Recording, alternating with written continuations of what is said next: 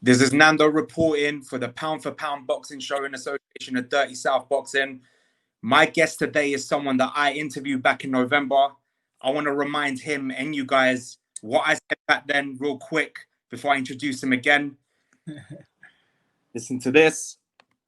I've got a special guest today, potentially the next British light heavyweight champion, Great Spider. Back then I said potentially the next British light heavyweight champion. It was inevitable. Today I say I am joined by the new British light heavyweight champion himself, Craig Spider Richards. Love that. Love that. How's that for an intro, champ? I love that intro. It's perfect. You know, I couldn't have done it better myself. I love that.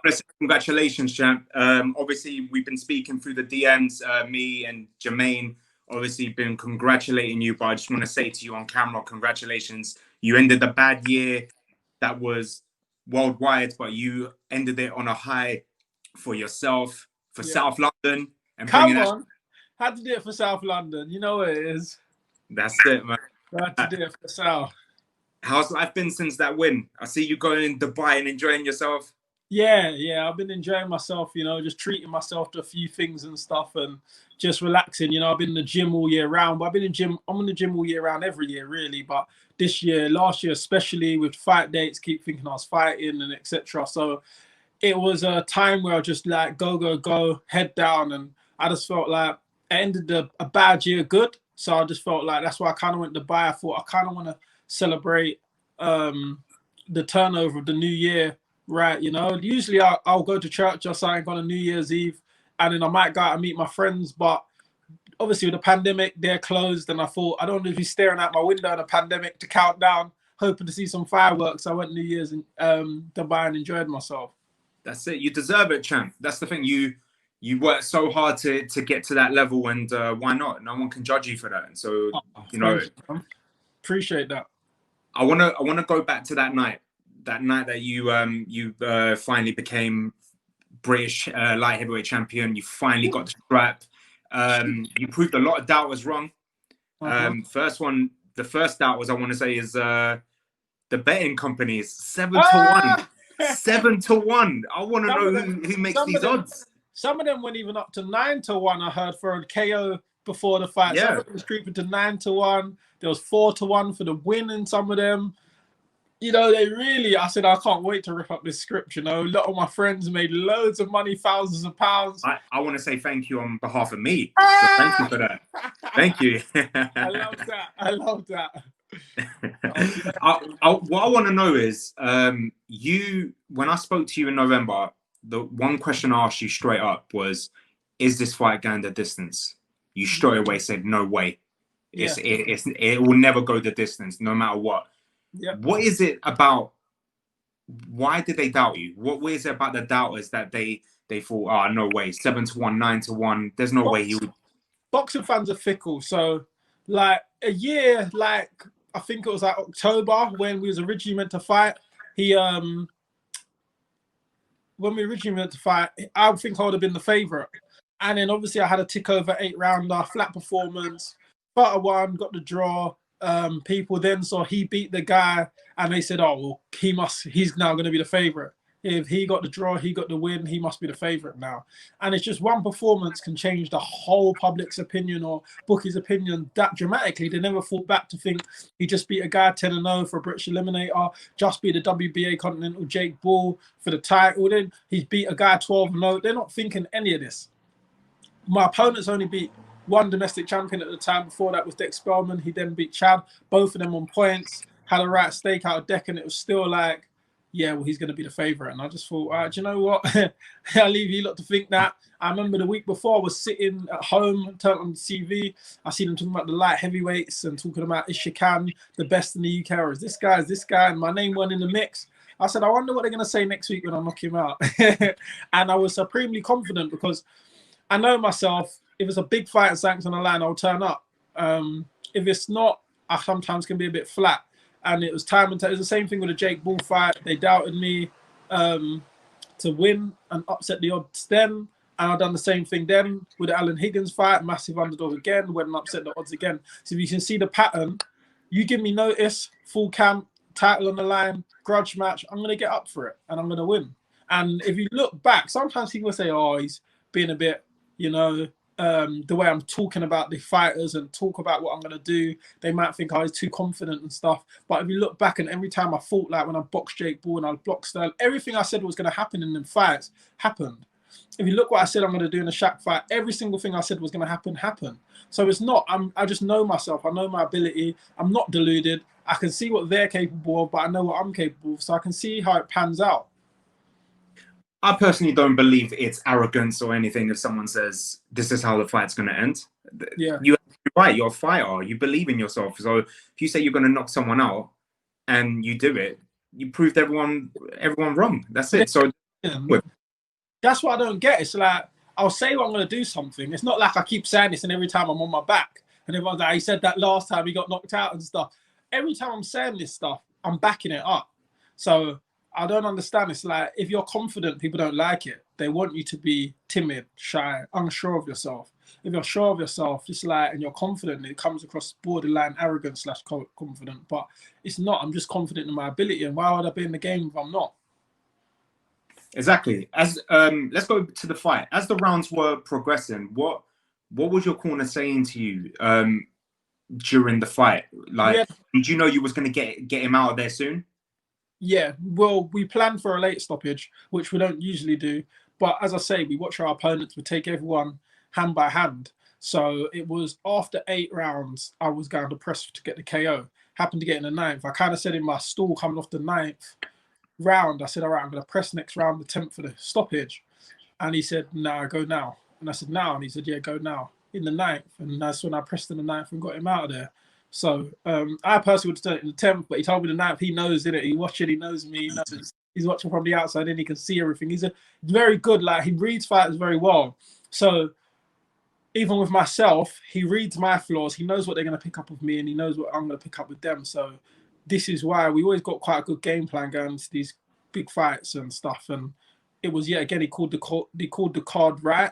I pulled it and it was the time to go. So yeah, everything he said to me, he told me when to pick it up, when to just keep going through, keep pressing him, when to just box. He was telling me each round, which I was just doing as I was told, and then got the stoppage.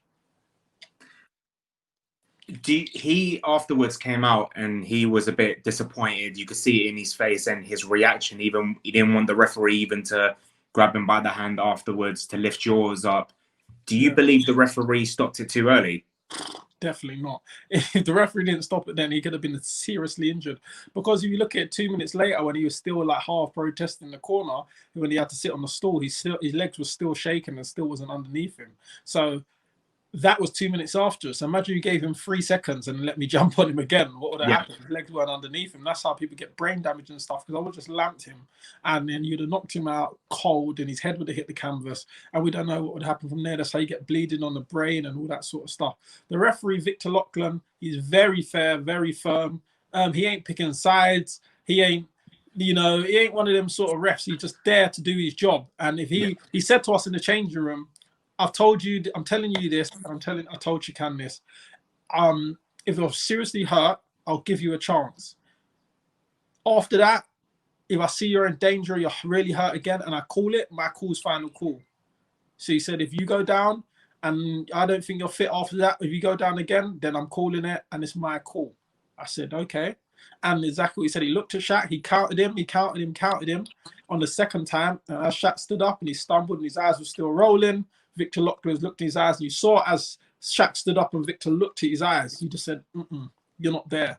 And it was a very good call, very good call. Like even I think his corner said it was a good call. He just obviously, he's never lost, has he? So you don't want to lose. Like it's like won't sink in. You just by any means. And I saw one of his interviews afterwards just saying, oh, I know, like I just wanted to show my character more again, and I know it didn't help with me stumbling. Of course, it's not going to help you stumbling. You're hurt, and the referee's there to do the job. What's the point of having a ref if he's just going to let you get battered when you're knocked out on your feet?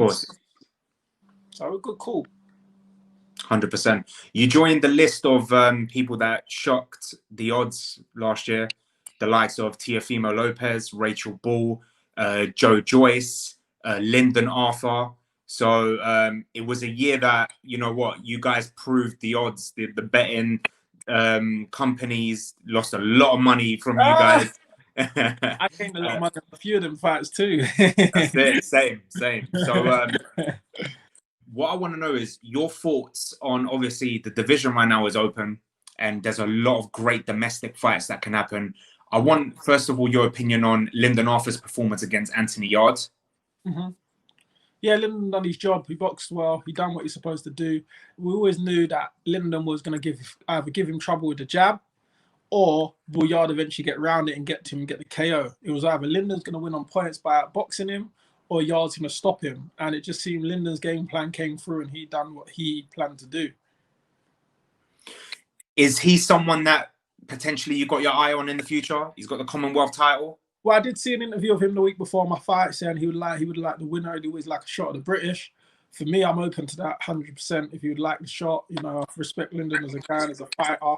I love big fights. That would always be a good fight. You know, unification, British Commonwealth, etc. So I'm always open to that challenge. If he had wanted it, I'm there. Not to sound arrogant, but you have your obviously you're entitled to your opinion. You guys fight. How's it going to end? I don't want to call the prediction unless the fight gets made, but I know what I predict. I'm sure you know what I'd predict, how I'd predict the fight. Don't get twisted. Lyndon's a good fighter, but yeah, I definitely I believe in my skills yet again. I feel it'll be a great fight between you two. To be honest, you both can box. You can both can hit. So you both have that reach advantage as well. So it'll be an exciting fight, especially for both belts on the line. That's what I'm saying. Domestically, for me, as well. like, it's all about progression now. Not like it wasn't about progression before. It's always been about progression. But I think the stage I'm at now, domestically, being a British champion, that kind of crowns the domestic division. So if I'm going to do anything domestic, there's got to be something in it for me. And I feel like Lyndon domestically right now is the only person would be something in it for me. But there is other fights out there, but it probably ain't domestically. So, like, there's options for me, really. But I think he would be the only one in the UK right now with something on the line for me if I was to fight him. Let's look at your rankings. You're in the top 10 in the IBF. You're number 9. Lyndon Arthur is number 5.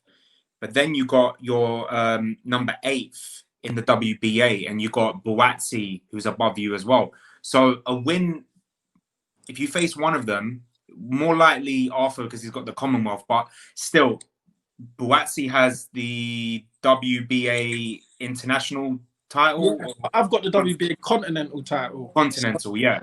So we basically got the same belt in the WBA pretty much. Yeah. That's why I say that there's no other belts to gain for me in domestically. So Lyndon Arthur is mainly the main one that you would face domestically.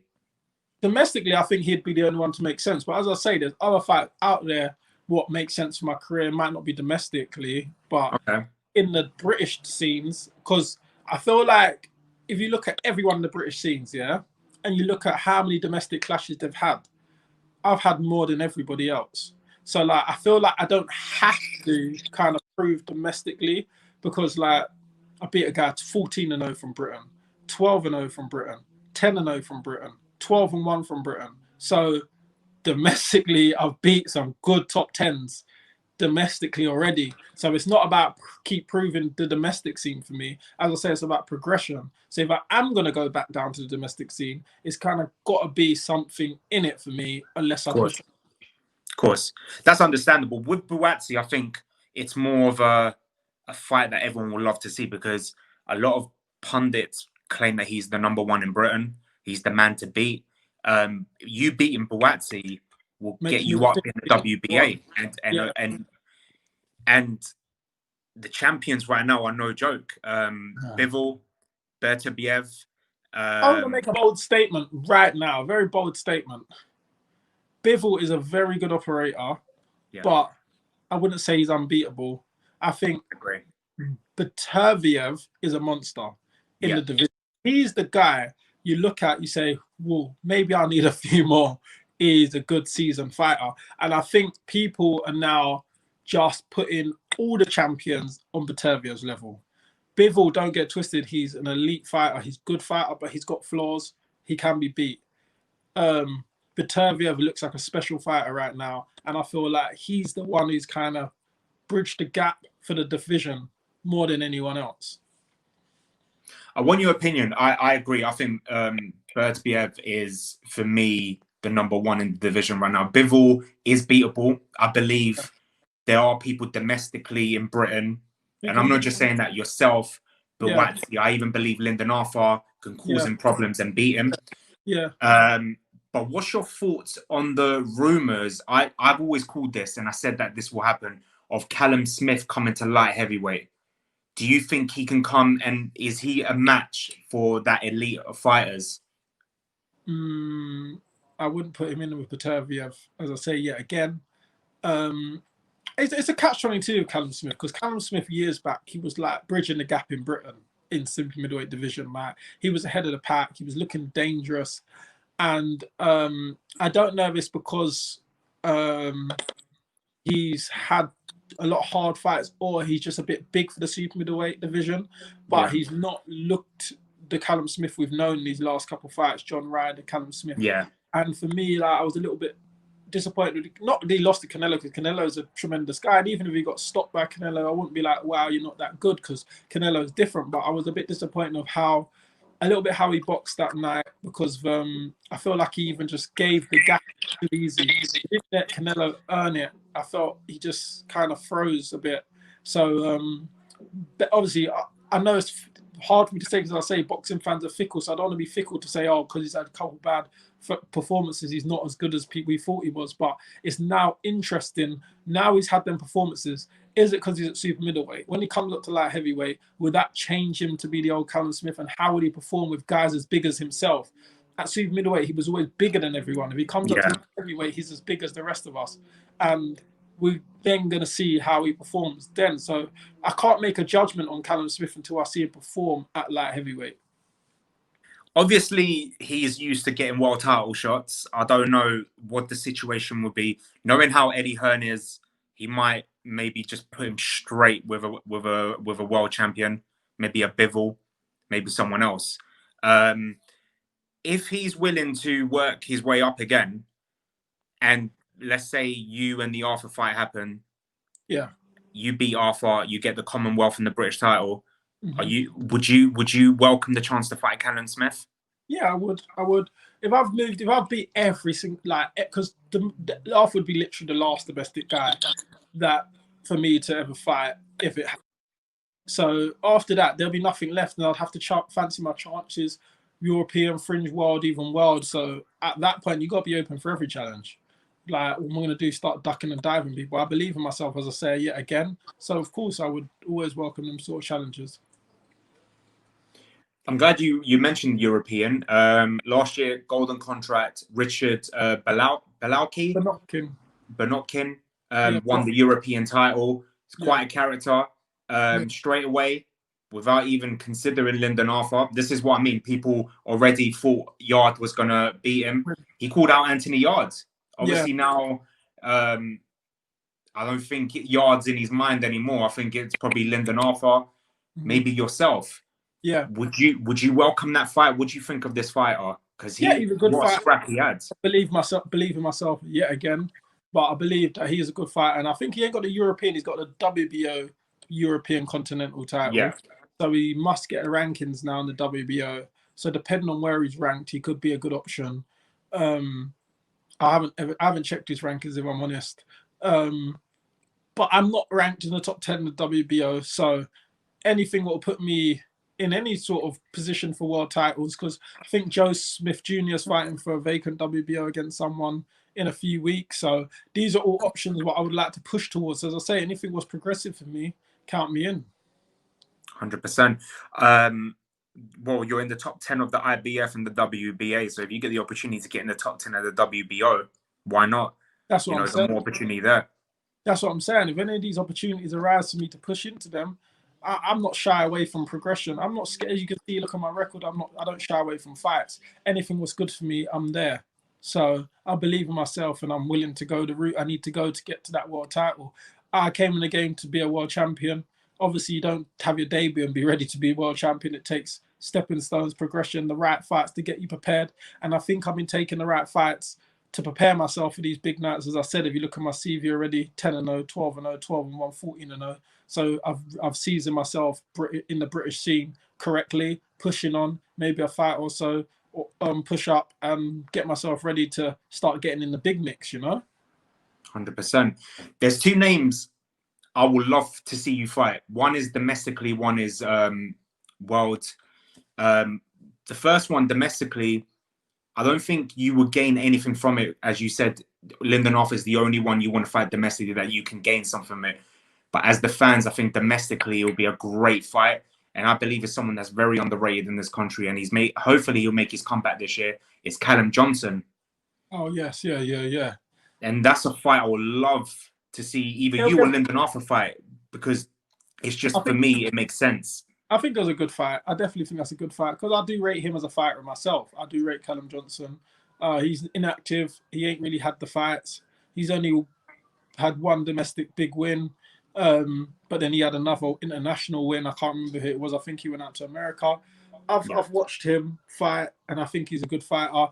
Yet again, I respect him as a fighter. So yet again, for him, I feel like if me and him clash, it would have to be with something on the line. So if he got a world title or something, I'm happy to be his first voluntary. And if I got one, vice versa, whatever, I think he's a good fight for me to have. But I just believe them sort of fights, it's big fights, and I believe it has to have something on the line. I just don't think you'd fight these guys around your level for a 10-rounder just for nothing. I think you've got to be 100% on the line. Let's get into camp and let's go win that strap, do you know? Yeah, 100%. Like I said, I think it's more to gain for the fans because we want those domestic fights. So I think as the fans, that's a big treat for us as well. The other big name. I feel like I treated you guys time and time again. I know, right? And you won us money. This is what I'm saying. I know everyone had called me out for you guys, and I looked on Twitter and you lot wanted the fights. Like Jake Ball called me out, Sterling called me out, Pitters was talking a lot. I gave you lot all the treats you lot want, but yet again, there's bigger treats for you guys now, as you said. Pushing on, there's bigger fights that I can interest you lot with because now you lot have seen my levels maybe above the guys that you first put me with. So you've obviously got different visions of different guys to now put me in with. So I think, well, you know, the future's bright. Looking forward to some clashes. That's it. The other name, and I think he's another one underrated. I think he's a great fighter. Is Badou Jack. Oh, he's a very serious operator. I like Badou Jack. He's a good fighter. I watched him from my pro career early, not as an opponent, more as a fan base. I was super middleweight anyway. Actually, he was super middleweight when I was super middleweight, but I was coming through fighting for a Southern area when he was at world titles. So I never looked at him as an opponent. I just enjoyed watching the way he boxes because I felt like he's underrated as a guy. He's come up to light heavyweight. I've come up to light heavyweight coincidentally. So I've always still been watching him. And I've always rated him. I think that he is a bit on the slide to what he was. Actually, I don't, because I watched his last fight the other day on the YouTube card, and I think he boxed very well that day. But it'll be an interesting fight. I think one day, if he ain't done by the time I'm at the world title stage, we got to get it on, Badou. That's it. Go win some money. That's it. Yeah, this is what I'm saying. I think I'm ready for these fights. More trips to Dubai. Come on, you know it is. Business class only.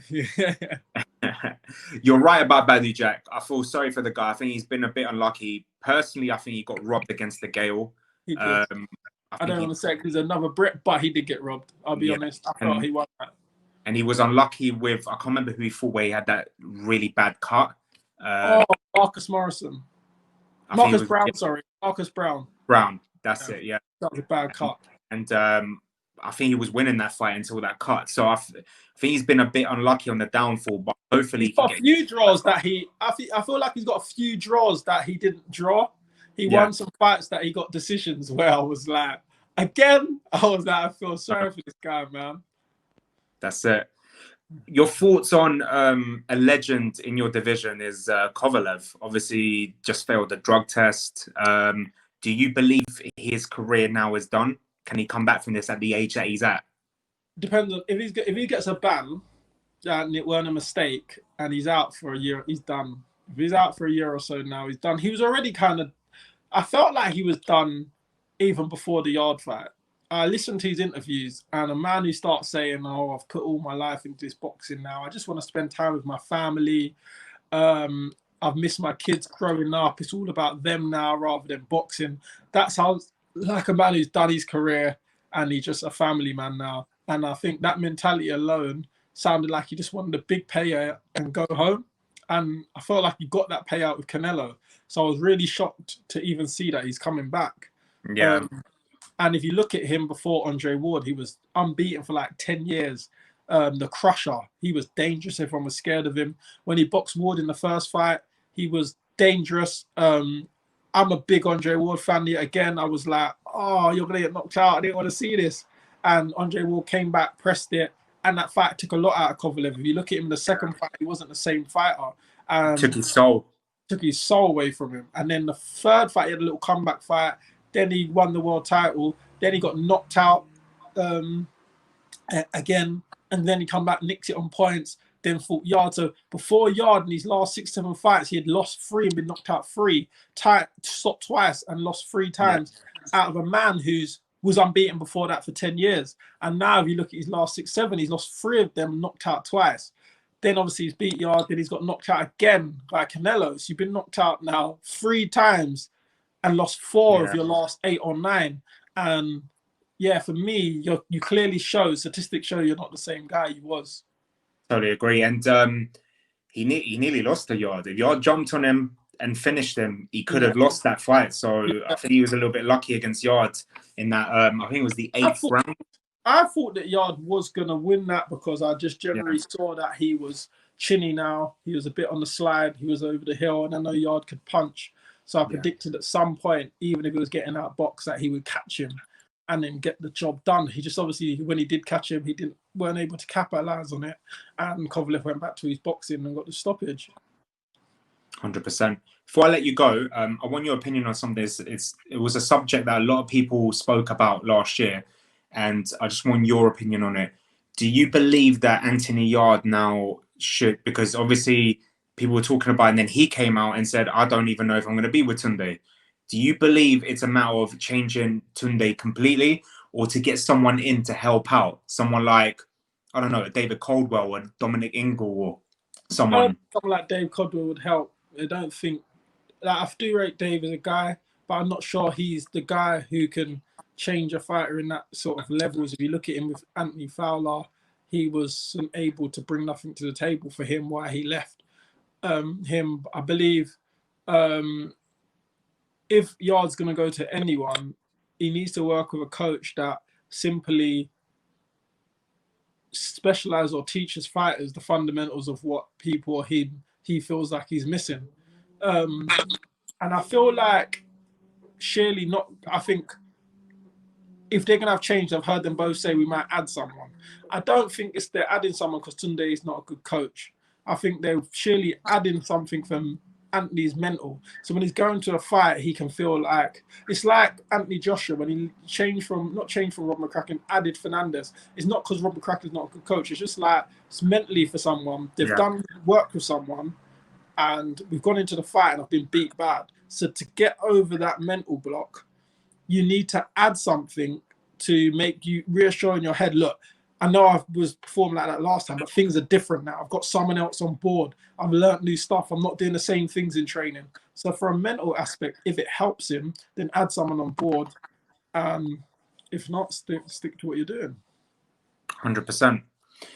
Before I let you go, obviously 2021 is going to be a big year for everyone. Hopefully we can see you back in the ring. Not once, but a few times. Yeah. What message do you have for people in your division? And obviously you've made clear that the only one that can bring something to the table is Lyndon Arthur. Mm-hmm. Message for Lyndon Arthur. Do you want this fight to happen next? Yeah, keep doing your thing, champ. If he wants to make the unification fight, then I'm sitting here. You know, I think he's a great fighter. You know, and everyone wants to keep challenging themselves. We can push on and make the fight happen if he wants to fight. 100%. It's what the fans want. So, you know what, you guys should give it to the fans, and you both get something out of it as well. 100%. And both belts on the line, and it makes sense. It makes sense. You're both coming off a winning streak, both beating the odds against the doubters, and it only makes. he's a bit like myself on the other side, where like he's been a bit in the background, and he's been boxing well. He's been doing his job well, and he's just not been pushed because the public just listen to what they hear the pundits and that say. Yeah. So for us, we're the sort of fighters that we got to keep kicking the door down and make ourselves be heard. So it's just good that, you know, guys with ability are coming through and showing the fans, and the fans are now cottoning on. I heard someone say 2020 was the year of the real. So it's the guys who we've been really performing, and it's time for us to get our moment. So this is why these big fights got to happen, and we've got to keep progressing and getting to these big fights, you know. 100%, totally agree. Champ, I want to say thank you so much for taking your time to speak to me. And I can't wait to see you in the ring again. And hopefully it will be against Lyndon Arthur, both belts on the line. Jeez. And let's win some money. Come on. You know it is already. Take care, champ. You as well, bro. Good speaking to you. You too.